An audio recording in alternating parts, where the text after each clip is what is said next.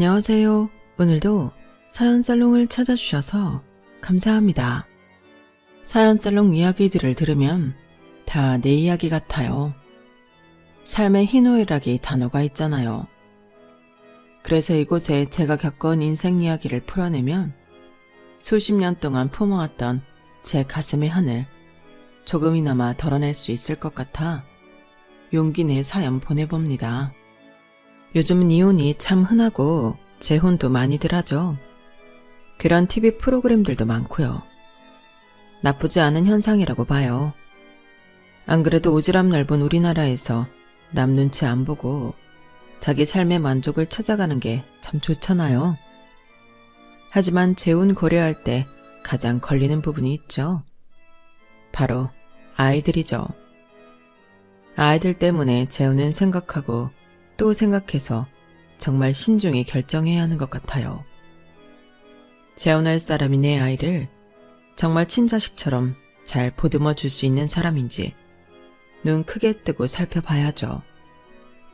그런 면에서 저희 아버지는 너무 쉽게 이혼하고 아무나 하고 재혼하신 것 같아요. 제가 그 계모 때문에 당한 서름을 생각하면 아직도 마음이 미어진답니다. 그래서 전 배우자 조건이 이혼 절대 안 할 사람이었어요. 다행히 착한 남편과 아이 낳고 알콩달콩 잘 살고 있네요. 평생 이 마음 변치 않도록 노력하면서 살아야겠죠. 사필귀정이란 말이 맞는 건지 하여튼 그 악독한 계모는 현재 인생의 나락으로 빠지고 말았어요. 제가 복수의 칼날을 갈고 닦아 계모를 끌어내리려고 한 것도 있지만 우리 아버지가 돌아가신 후 지팔자 지가 꾼 것도 있더군요. 완전히 개막장 인간인 저희 계모가 대체 어떤 여편네인지 궁금하시죠? 지금부터 한 편의 드라마 같은 저와 계모의 역사를 풀어놔 볼게요. 거의 인간답지 못한 생활을 하고 있는 현재 계모의 상황까지 말이죠. 지금부터 시작할게요. 드디어 50억 부자가 되었다, 수연아. 우리 가족 재산이 내가 원하던 50억으로 불어났어. 내 재테크 수완 죽이지? 지금부터 30여 년 전 50억 재산을 달성하셨다고 하니 현 시세로 따지면 꽤 많은 돈이죠. 아마 몇백억 가치일 거예요. 아빠는 왠지 모르지만 젊은 시절부터 꼭 50억을 모으고 싶다고 농담처럼 말씀하시곤 했어요. 어린 저였지만 저와 엄마는 아빠의 말씀에 코웃음 치곤 했죠. 여보, 50억이 어디 개 이름이야? 5억도 없는 우리가 무슨 수로 50억을 모아요, 참. 수연엄마, 두고 봐. 내가 꼭 50억 모으고 죽을 거야. 이 박지철이 사전에 불가능은 없다고. 저희 엄마 아빠는 둘 다 흙수저 집안에서 태어나 정말 가난하게 자랐어요. 시골 노지에서 마구잡이로 자란 과일이나 풀 등을 뜯어먹고 데쳐먹으며 굶주린 배를 그나마 채울 수 있었다고 하네요. 아빠는 도매시장에서 음식점에 물건 떼다주는 트럭 기사를 하셨고 엄만 식당 종업원으로 일하며 눈이 맞았어요. 두 분이 결혼할 때만 해도 돈이 너무 없어서 식도 못 올렸고 지금도 부모님 결혼식 사진 한 장 안 남아있네요. 하지만 생활력 강한 부모님은 외동딸인 절 낳고는 하나뿐인 딸에게 절대 가난을 대물림해주긴 싫다는 다짐을 했다고 해요.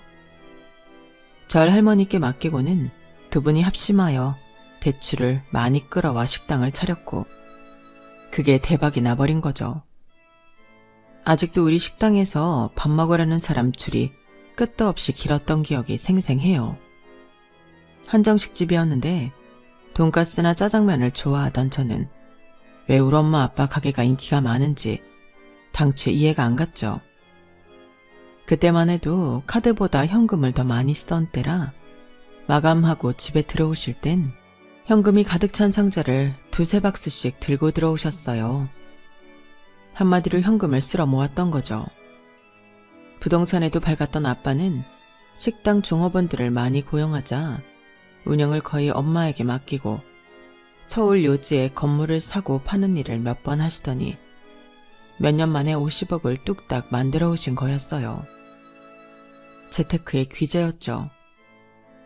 하지만 어린 제가 느끼는 우리 가족의 분위기는 돈 없었던 시절이 훨씬 따뜻하고 좋았어요. 단칸방에서 엄마 아빠와 살부비며 하하호호 웃던 시절이 아직도 꿈같이 그리워요. 돈이 모이기 시작하자 욕심이 더 생겼던 아빠는 거의 재테크에 미쳐서 집에 잘 들어오지도 않더군요. 집에 몇 주에 한 번씩 들어왔던 아빠가 엄마를 바라보던 눈빛은 점점 싸늘해져만 갔어요.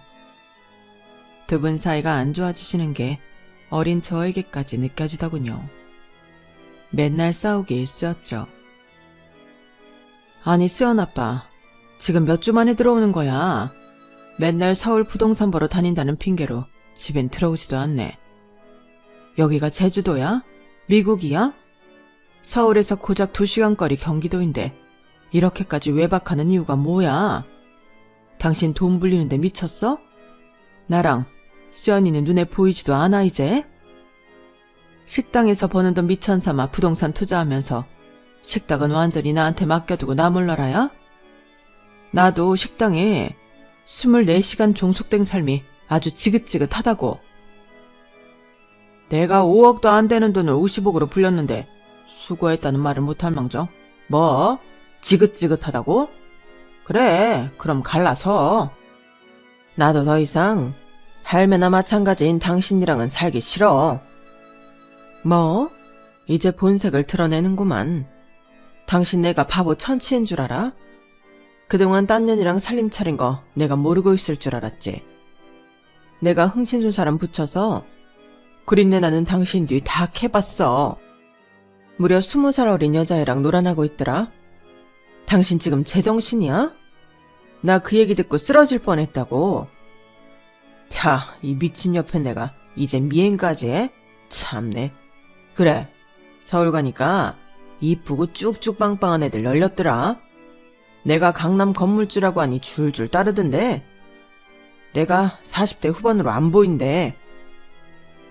우리 딸 생각해서 정신 좀 차려 제발. 당신만 생각하면 요즘 스트레스 받아서 온몸이 뻣뻣하게 굳어버린다고. 당신이야말로 정신 차려. 당신한테 온갖 정이 다 떨어져 버린 현실을 직시하라고. 말이 나온 김에 그냥 마무리 지어야겠어. 나 그 여자한테 갈 거야. 저 식당이 노다지니까 당신이 식당 가져. 난 건물 가질게. 식당 운영하면 먹고 사는 건 문제 없겠지 뭐. 수연이는 딸이니까 엄마랑 지내는 게 더 편하겠지? 난 내 집만 간단히 챙겨서 떠날게.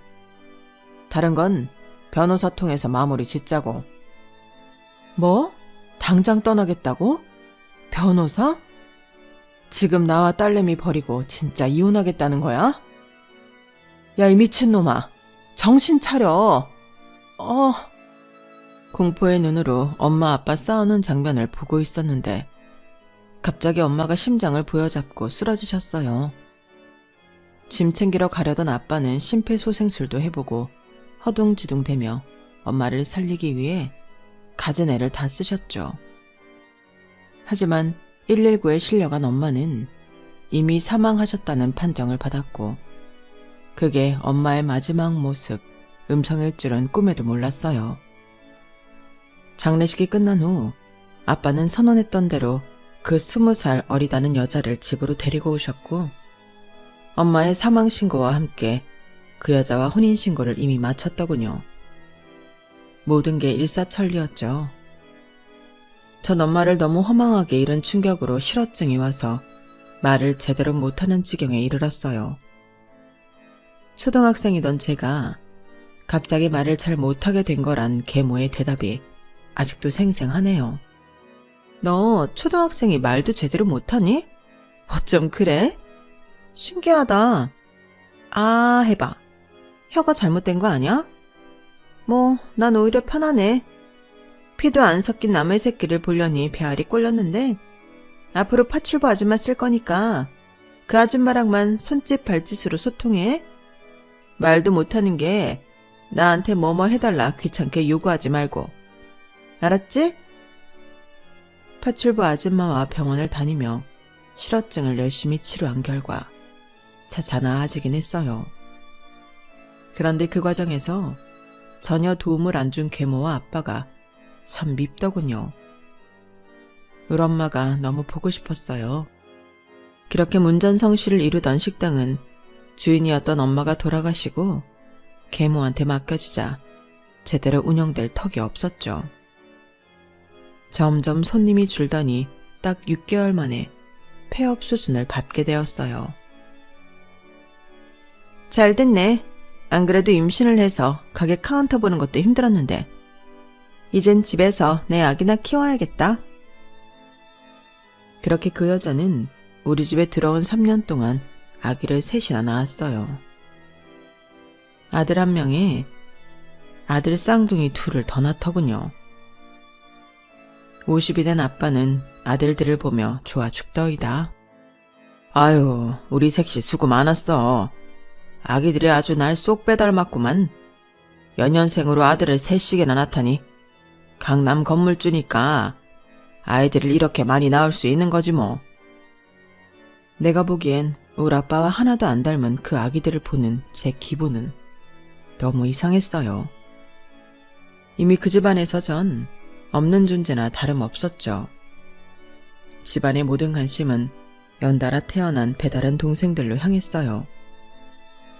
전 사춘기 나이였지만 때 한 번 부릴 수도 없었어요.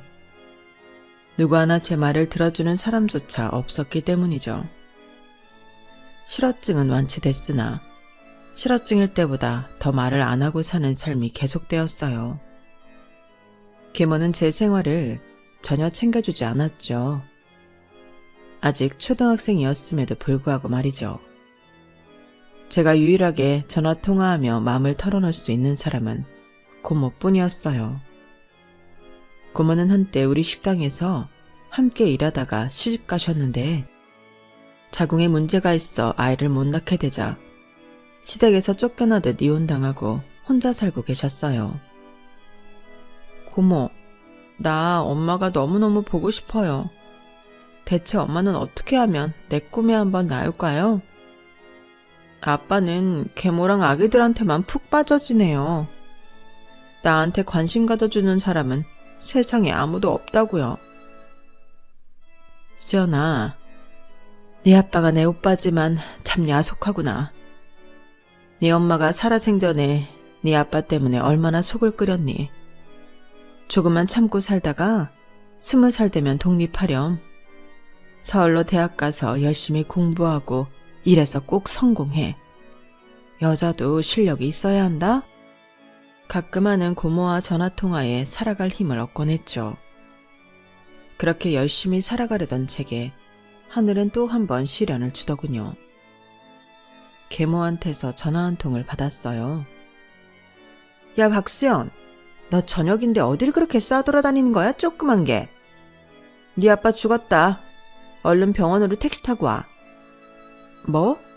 아줌마가 뭔데 그런 얘기를 해요? 우리 아빠가 왜 죽어요? 대체 갑자기 무슨 뜬금없는 소리예요? 아, 뺑소니 차량에 치여 그 자리에서 죽은 걸 나보고 어쩌라는 거냐? 내가 뭐 거짓말이라도 한다는 거야? 응급실로 빨리 와. 나 우리 애기들 봐야 해서 바빠.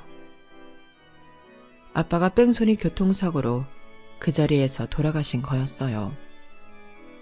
그때만 해도 30년 전이라 CCTV도 많지 않았기에 뺑소니범을 잡을 순 없었어요. 그렇게 피해자인 우리 아빠만 죽고 가해자는 찾지 못한 채 허무하게 끝나버렸죠. 이제 난 고아구나. 진짜 세상으로부터 버림받은 기분이었어요. 불난데 휘발유 붙는 격으로 계모는 아주 일사천리로 재산을 싹 다 정리했더군요. 그리고는 제게 일방적으로 통보했어요. 야, 네 아빠 죽었으니 너도 나가서 살아. 네 고모 시댁에서 소방받고 혼자 산다며. 너 고모랑 친하잖아. 그 집 가서 얹혀 살면 되겠네. 얼른 짐 싸. 11살의 어린 나이였지만 내 집에서 나보고 나가라고 하니 어이없었어요. 아줌마, 지금 어리다고 나 무시하는 거예요? 우리 아빠가 부자였는데 그 돈 다 아줌마가 빼앗고 나한테 그냥 짐 챙겨서 나가라는 게 말이 돼요? 그렇게 못해요. 조그만 게? 그렇게 못하면 어쩔 건데. 내가 이 집 와서 3년간 희생해서 너 키워준 게 어디야? 20살 많은 늑다리 아저씨한테 딸린 짐짝 같은 널 봐준 게 어디냐고. 그 보상으로 네 아빠 재산은 다 내 거야. 고모 집으로 얼른 나가버려. 눈을 부라리며 계모가 지르는 고성 탓에 어린 저는 좀 무섭기도 했어요. 조금만 더 컸으면 덤벼볼 만도 했을 텐데. 아니, 법적으로 유류분이라도 챙겼을 텐데. 그때 당시 11살이었던 전 너무 어렸죠. 그렇게 고모 집으로 향했고 20평짜리 아파트에서 고모와 함께 살았어요. 고모는 친엄마처럼 저를 하나부터 10까지 다 챙겨주셨죠. 내가 자궁이 약해 아이를 못 낳아서 이혼당한 한을 이제야 푸는구나. 우리 수연이가 내겐 딸이나 다름없어. 이제 고모한테 다 의지하고 살아. 내가 식당에서 버는 돈은 다 너한테 쏟아부을 거야. 넌 이제부터 내 삶의 이유야. 고모는 조그만 식당을 운영하셨고 저희 부모님을 도와 한정식집에서 배운 노하우를 잘 녹여 식당 매출도 꽤 괜찮았죠. 고모는 손재주가 좋았어요. 피부가 엄청 예민하고 약했기에 화장품을 다 만들어 쓰셨는데 그 과정이 제 눈엔 참 재미나게 보였어요. 실제로 제 화장품도 고모가 직접 만들어 주셨는데 피부가 한 톤 밝아지며 촉촉하고 너무 좋더라고요. 고모, 레몬 넣은 이 화장품 너무 좋은데요? 우리 이거 갖고 나중에 사업 한번 해볼까요? 너도 네 아빠 닮아서 돈 버는 데 관심이 많구나. 고모는 음식 장사밖에 안 해봐서 화장품 제조업을 하기엔 겁이 나는데. 에이 고모, 내가 살아보니 인생은 뭐 아니면 도예요. 어차피 가진 것 없어서 잃을 것도 없는 인생 한번 덤벼보는 거예요. 실제로 엄마 아빠 그리고 계모에 의해 재산까지 다 뺏기고 나니 더 이상 두려울 게 없었어요. 아빠 성격을 닮긴 했는지 추진력과 돈 불리는 재주는 좀 있었던 것 같아요.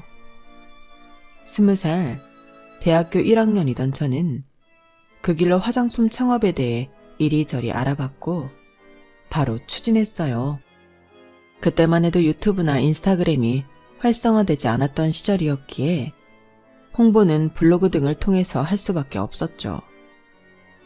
고모가 적극적으로 밀어줬기에 가능했어요. 고모는 그때까지 번 돈을 모조리 저희 창업에 쏟아 부어줬어요. 몇 억이라는 거금이었죠. 고모, 자금 대줘서 고마워요. 진짜 열심히 한번 해볼게요. 고마워할 거 없어. 네 말대로 고모도 더 이상 잃을 게 없는 사람이야. 넌 내 딸이나 마찬가지니 내 인생의 전부고 말야. 꼭 성공해 수연아. 하지만 대학은 꼭 마쳐야 한다. 그리고 한 가지, 만약 수익이 나게 되면 고모 이름으로 챙겨줄 생각 말고 다 네 명의로 재테크해서 잘 불려봐. 얼마 전에 아주 용한 무당한테서 전 봤는데 난 단명할 운이고 넌 승승장구할 운이란다. 고모가 제대로 밀어줄게. 고모한테 무슨 그런 걸 믿냐고 다 미신이라고 타박했어요.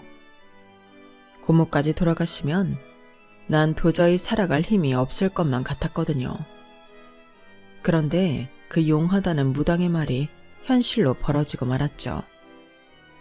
멀쩡하던 고모가 췌장암 3기에 걸렸다더군요.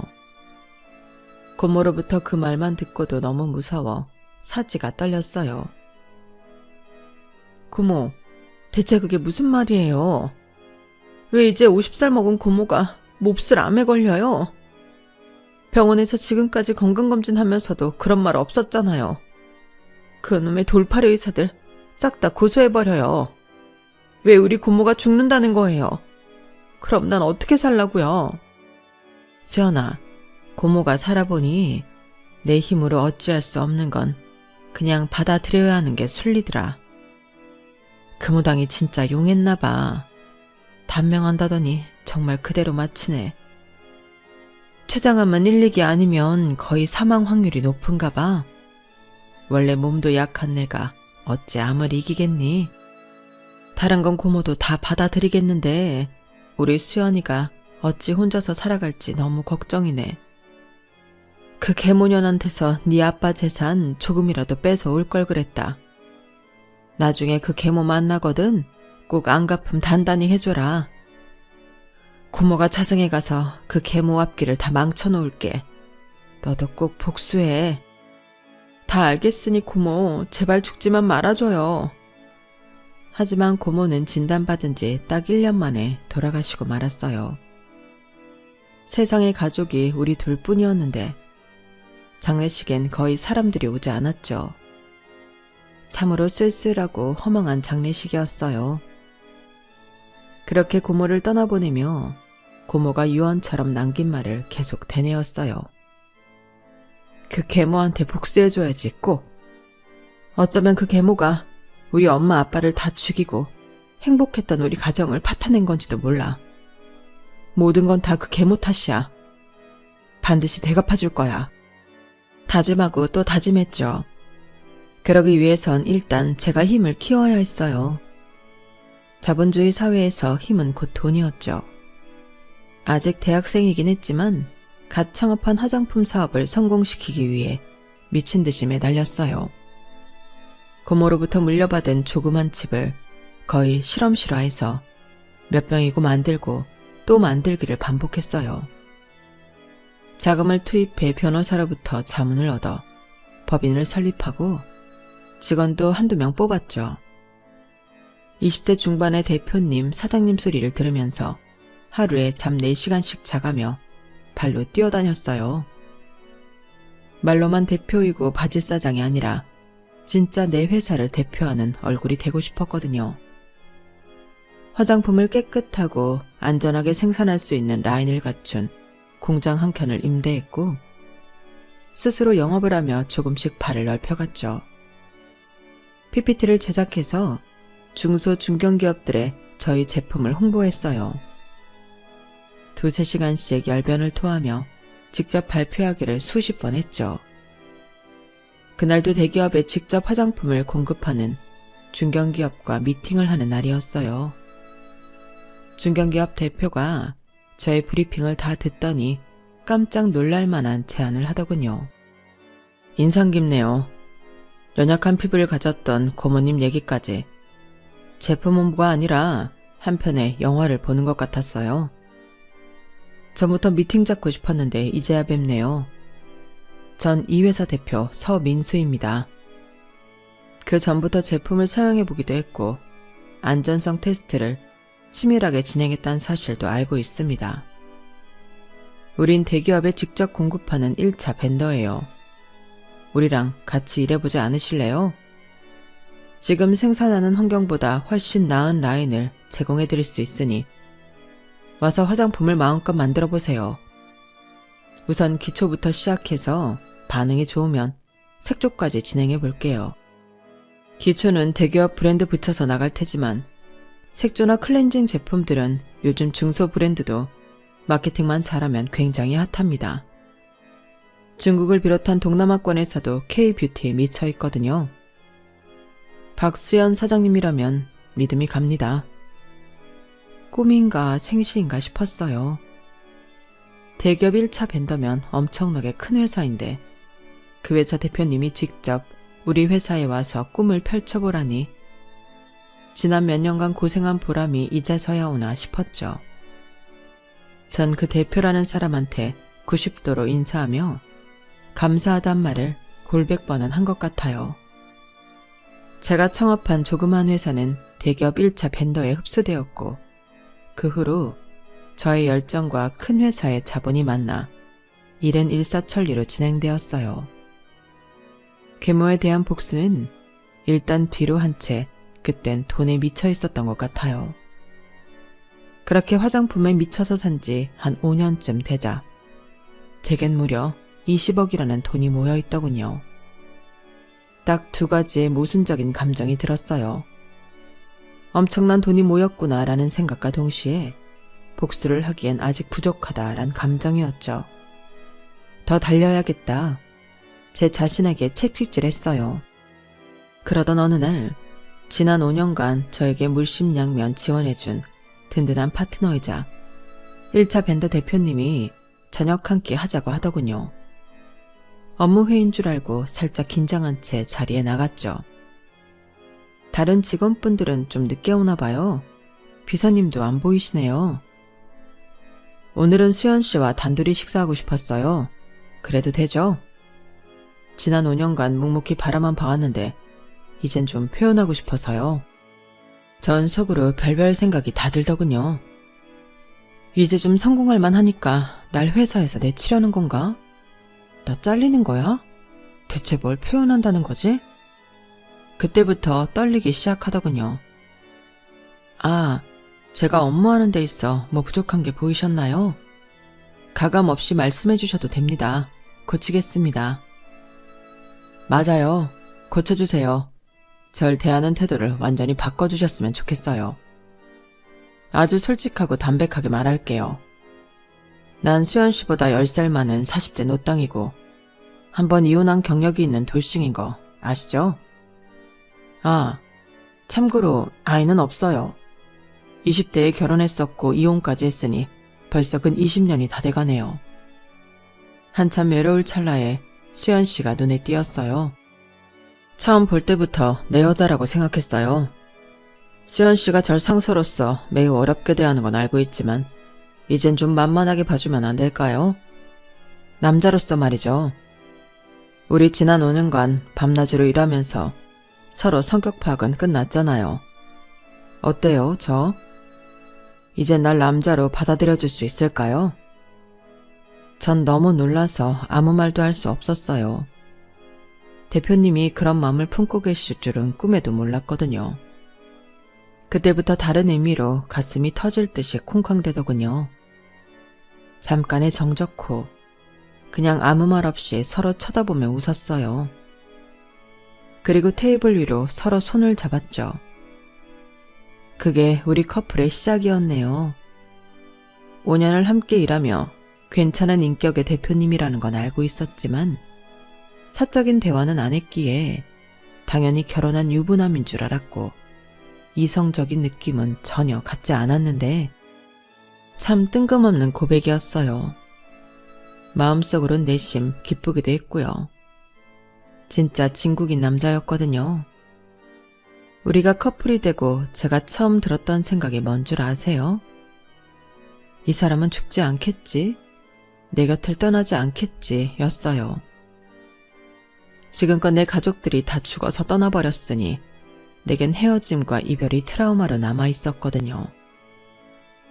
서로의 마음을 확인하고 사랑에 빠진 우리는 결혼 이야기가 나오기까지 그리 오래 걸리지 않았어요. 결혼 얘기가 나오자마자 그는 비행기표를 건네며 미국에 계신 본인 부모님을 함께 만나 뵙고 오자고 하더군요. 그리고 찾아간 예비시댁은 입이 떡 벌어지는 대저택이었어요. 미국에 대해선 잘 몰랐지만 나중에 알고 보니 헐리우드 유명 배우들도 살고 있다는 부촌 중의 부촌이더군요. 회사 대표이기에 막연히 잘 살겠지라고만 생각했던 전 깜짝 놀랐어요. 더욱 놀란 건 예비 시부모님들의 인성이었어요. 부족하고 모자란 절 진심으로 반겨주시더군요. 우리 며느리 반가워요. 이 머나먼 미국 땅까지 오느라 정말 수고가 많았어요. 보시다시피 이 집엔 사는 사람보다 일하는 사람이 더 많으니 아무것도 할 것 없이 집 구경이나 하고 근처 여행이나 하며 쉬다가 가요. 내 소망이 뭐였는 줄 알아요?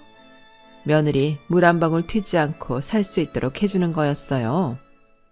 왜냐면 나도 그렇게 살았거든.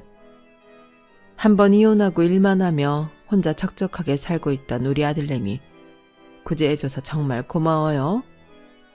듣자 하니 우리 아들 회사에서 가장 능력 있는 인재라고 들었는데 결혼까지 해주니 얼마나 고맙던지.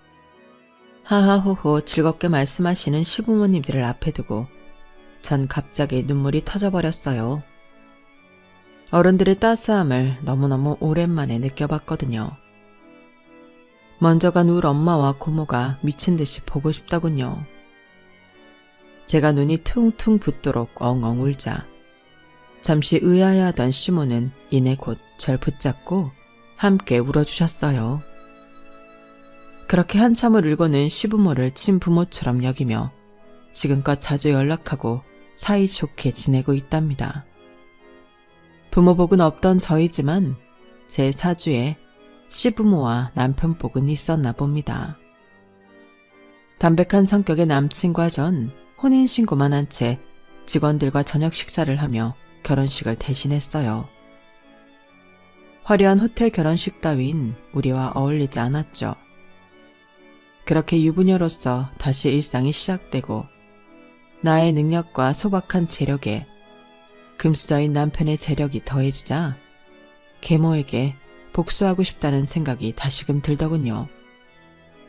전 수소문 끝에 사설탐정을 찾아갔어요.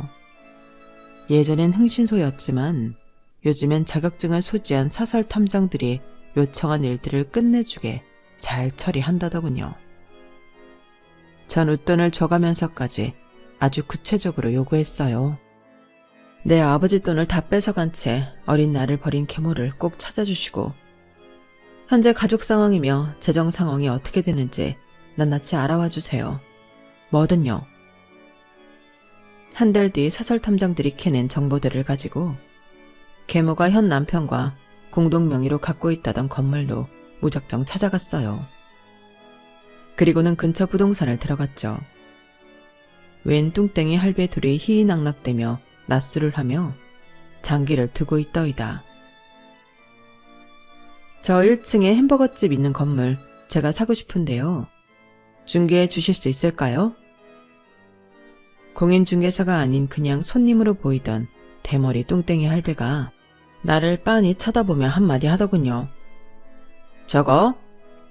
내 마누라랑 공동으로 소유한 건물인데 나 저거 부동산에 내놓은 적 없는데 무작정 팔으라고? 낮술 냄새를 풍풍 풍기던 그 할배가 바로 계모의 새 남편이었어요. 아, 그러셨군요, 사장님. 와이프분이랑 공동명이셨어요? 저 건물이 탐나서 그런데 저한테 꼭 좀 파실 수 없을까요? 언제 사신 거예요? 다행히 그 할배는 팔랑귀에 자기 과거 얘기하기 좋아하는 떠벌이었어요.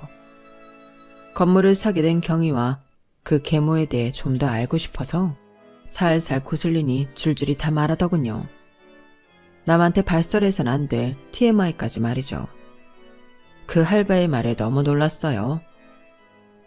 내 마누라는 지금 정신병원에 있지. 옛날에 젊었을 때야 미인이었지만 이제 늑다리라. 다른 젊은 여자들이 눈에 자꾸 들어오는데 당최 이혼을 안 해주는 거야. 그래서 내가 새 아들들이랑 짜고 그 옆에 애를 정신병원에 넣어버렸지. 곧 명의도 다 내 거로 가져올 심산이야. 내가 그 옆에 애랑 어떻게 결혼하게 됐는지, 이 건물을 어떻게 공동명의로 하게 됐는지 말해줄까? 이거 완전히 대하 드라마로 제작해도 될 만큼 스펙타클한 이야기라고. 내 옆에 내가 미스 시절에 어느 부동산 부자인 유부남을 꼬셔서 정실 부인 자리를 꿰찬 거야. 원래 와이프는 심장마비로 그 자리에서 죽었대나 뭐래나. 여튼 정실 부인으로 들어갔지만 몰래 나랑 계속 만나던 사이였거든. 당연히 그 아들들은 다 내 씨앗이었지 뭐. 아마 그 유부남은 끝까지 셋 다 자기 아들들인 줄 알면서 죽었을 거야. 아 글쎄 딱 3년 후에 고맙게도 뺑소니 차량이 그 아재를 탁 치워줬지 뭐야.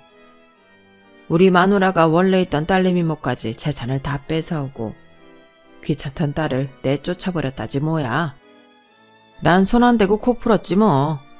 그 집에 꽁으로 입성해서 유부남이 남긴 재산 다 나랑 공동명의로 하고 여지껏 떵떵거리며 잘 살았지. 근데 이제 한 20년 살다 보니 딴 여자 품이 그립더라고. 난 부자가 되었으니 술집만 가도 얼마나 인기가 좋은 줄 알아? 김 사장, 자네가 똑똑히 봤지? 내 인기? 그 노인네의 이야기 속 딸내미 인천은 피가 거꾸로 솟는 기분이었어요. 계모가 우리 집에 쳐들어와 우리 아빠의 아들이라며 낳은 세 아들들이 다 다른 남자의 아들이었다니. 저한텐 못되게 굴었지만 우리 아빠한텐 알랑방구를 끼며 애교질을 부리던 계모의 얼굴이 떠오르더군요. 구역질이 났어요. 그동안 믿기만 했던 아빠의 처지가 왠지 불쌍하더군요. 그러한 계모가 지금은 자기 가족들에 의해서 정신병원에 감금돼 있다니 지팔자 지가 꾼 거라고 느껴졌어요. 그러거나 말거나 계모의 모든 걸 뺏어야겠다는 생각뿐이었죠. 다시금 정신을 차리곤 계획을 재정비했어요. 그 건물을 팔 생각이 없다는 그 할배 때문에 계획을 변경해야 했죠. 우선 남편에게 다 털어놨어요. 단순한 부동산 투자가 아니었기 때문이었죠. 남편의 대답은 제게 용기를 줬어요. 나한테 가진 건 돈과 당신뿐이야. 당신에게 그런 아픔과 분노가 있는 줄은 몰랐어. 허투루 쓰겠다는 것도 아니고 강남 요지의 빌딩을 사드리겠다는 건데 아예 우리 법인 업종에 부동산 투자업을 추가로 본격적으로 뛰어들지 뭐. 내가 뒤에서 든든히 도와줄게. 걱정 마. 천군만마 같은 남편의 지원 덕분에 전 계획을 차분히 실현해 나갔어요. 우선 계모가 공동명의로 갖고 있다던 빌딩에 주위의 빌딩들을 하나씩 사모으기 시작했어요. 시세보다 높게 쳐준다고 하니 안 판다고 하는 건물주는 다행히 없었어요. 그때가 한창 부동산 불경기여서 그랬나 봐요. 그리고 난 후 계모 건물에 입점해 있는 상점들과 아주 비슷한 가게들로 채워 넣었죠. 점주들에겐 제가 사비를 들여 경영 컨설턴트까지 붙여주며 장사가 잘 될 수밖에 없게 유도했죠. 마케팅까지 활발히 해주면서 말이죠. 그러자 몇 달 만에 계모의 낡은 건물에 입점해 있던 가게들은 줄폐업을 하게 되고 공실이 뻥뻥 나기 시작합니다. 맨날 낮술만 처먹으며 근처 공인중개사 사무실에서 놀고 자빠져 있던 계모의 현 남편은 자기 명의로 전부 빼돌리려던 건물의 임차인들이 거의 다 빠져나가자 급하게 매물로 내놓더군요. 옳았구나 하고 저와 남편은 공동명의로 그 건물을 아주 헐값에 사들일 수 있었죠. 계모의 현 남편과 매매 계약을 하면서 슬쩍 물어봤어요. 계모가 현재 어느 정신병원에 있는지를요. 아내분은 언제까지 정신병원에 가둬둘 거예요? 정신도 멀쩡하다면서요. 그 옆엔 내가 진짜로 미쳐서 이혼해 줄 때까지. 일단 이 매매 대금은 나랑 우리 새 아들들이랑 다 나눠 가져야지. 새 아드님들은 엄마 안 보고 싶대요? 내가 돈줄을 쥐고 있는 것 같으니 우리 아들들도 지엄마 찾지도 않아. 손수 지네들 손으로 지엄마를 정신병원에 모셔다 드렸다니까. 그렇지 않으면 내가 상속 한 푼도 안 주겠다고 했거든. 또 손 안 대고 고풍격이지 뭐. 계모가 악마인 줄 알았는데 더 악마는 따로 있었어요. 눈 하나 깜짝 안 하고 이런 얘기를 남인 우리한테 다 털어놓을 수 있는지. 아무리 술에 쩌든 알코올 중독자 할배라 할지라도 무서울 지경이었죠. 공인중개사로부터 듣자 하니 그 할배는 그 돈 갖고 술집 다니며 젊은 여자들이랑 희희낙낙하며 잘 살고 있다더군요. 그 아들들도 그에게 매매 대금을 나눠서 미국과 영국 등으로 이민을 가버렸다고 하더라고요. 이 모든 시드머니가 바로 우리 아버지 재산이었다는 사실이 참 소름 끼치더라고요. 바보 같은 우리 아빠 어쩌자고 이런 족속들과 엮인 여인네를 선택했는지. 자, 이제 저의 마지막 미션이 남았어요. 남편과 함께 계모가 감금돼 있다던 정신병원으로 향했죠. 가슴이 두근두근 긴장되더군요. 그 여자를 만나면 바로 얼굴에 침이라도 뱉어주려고 했죠. 하지만 40kg도 안 나갈 것 같이 피골이 상접해서 눈이 퀭한 계모를 20년 만에 마주하니 진짜 젊었을 적 반반했던 외모의 계모가 맞나 의심스러울 정도였어요. 날 알아보겠어요? 네가 여기 어쩐 일이야? 자식이 찾아왔다고 해서 우리 아들들이 면회 온 줄 알았는데. 너 박수야 맞지? 내 전남편 외동딸 말이야. 정신병원에 감금됐다고 해서 다 미친 건 아니군요. 당신 남편이 그 건물 나한테 팔고 그 돈으로 강남 유흥업소 돌아다니며 여자 끼고 밤새 술 처먹는 건 알고 있어요. 그리고 당신이 그토록 기다리던 아들 셋은 미국과 영국으로 이민 가버린 건 알아요? 멍청한 노인네 같으니라고. 심지어 우리 아빠와 결혼할 때 낳은 그 아들들은 셋 다 우리 아빠 친자식이 아니라며? 당신은 우리 가정을 파탄낸 주범이야. 지금 정신병원에 갇혀서 불쌍한 척 하지 말어. 천벌을 받아도 싼 마귀 할멈 같으니라고. 내 아들들이 다 이민 가버렸다고? 진짜 날 이런 곳에 방치해두고 말이야? 내 아들들아, 인간의 탈을 쓰고 어찌 그럴 수 있단 말이냐. 내가 너희를 어떻게 키웠는데. 참네. 그거 알아? 나도 우리 엄마 아빠의 귀한 자식이었어. 우리 고모의 귀한 조카이기도 했다고.